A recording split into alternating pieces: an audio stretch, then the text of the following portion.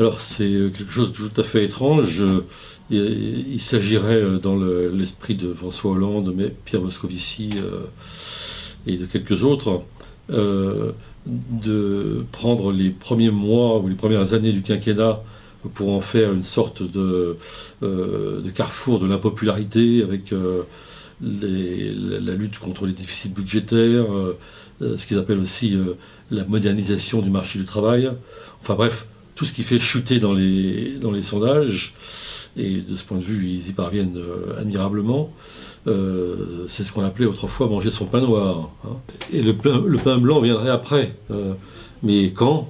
Et que resterait-il du pain tout court dans cette affaire?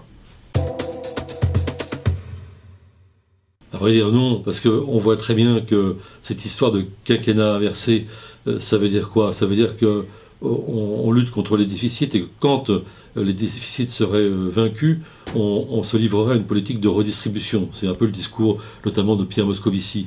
Mais on n'est pas prêt de vaincre les déficits. Le quinquennat n'y suffira pas, et peut-être même un autre encore n'y suffirait pas. Donc on peut imaginer que le pain blanc ne viendra jamais dans cette affaire. C'est pas très plausible, d'autant plus que il ne s'agit pas simplement dans la politique actuelle du gouvernement d'une politique d'austérité pour résorber les déficits. Il s'agit aussi de ce qu'ils appellent pudiquement la modernisation du marché du travail, c'est-à-dire les changements structurels.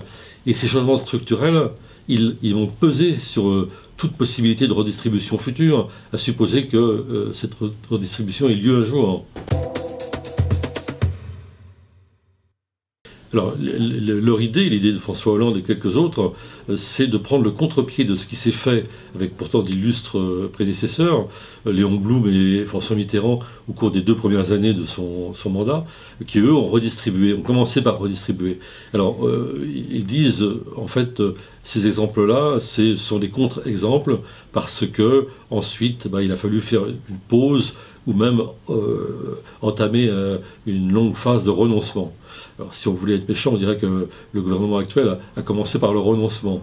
Mais quoi qu'il en soit, on peut critiquer en effet et Blum et Mitterrand, mais enfin il est resté des acquis sociaux très importants et du Front populaire, même s'ils ont été plutôt conquis par les grèves que par le programme de la SFIO.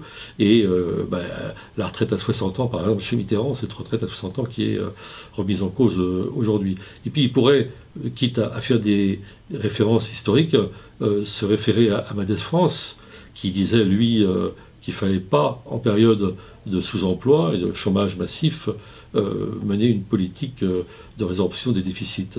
Et c'était pourtant un homme qui était réputé économe. Et il citait l'exemple désastreux du chancelier Brüning, dans les années 30, en Allemagne, qui lui aussi disait en quelque sorte, on va commencer par le pain noir, puis après on redistribuera, il y aura le pain blanc.